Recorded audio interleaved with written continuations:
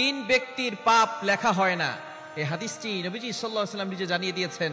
আবু দাউদ শরীফের ভিতরে এসেছে, তিরমিজি শরীফের ভিতরে এসেছে, সূরা ইবনে মাজাহ 2041 নম্বর হাদিসের ভিতরে এসেছে। নবীজি সাল্লাল্লাহু আলাইহি ওয়াসাল্লাম জানিয়ে দিয়েছেন তিন ব্যক্তির পাপ কখনো লেখা হয় না।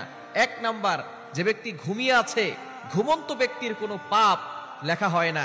দ্বিতীয় নাম্বার, যে এখনো প্রাপ্তবয়স্ক হয়নি, নাবালেগ কোনো শিশু যদি কোনো অপরাধ করে থাকে, কোনো পাপ করে থাকে, এই পাপ ফেরেশতারা লেখেন না। এবং তিন নাম্বার, কোনো ব্যক্তি যদি পাগল হয়ে যায়, সে যদি সেন্সলেস হয়ে যায়, তার কোনো হুঁশ থাকে না, সে পাগল ব্যক্তির কোনো গুনাহ, কোনো অপরাধ, কোনো পাপকে লেখা হয় না। সুতরাং নবীজি সাল্লাল্লাহু আলাইহি ওয়াসাল্লাম এগুলো তাদের জন্য সহজ করে দিয়েছেন।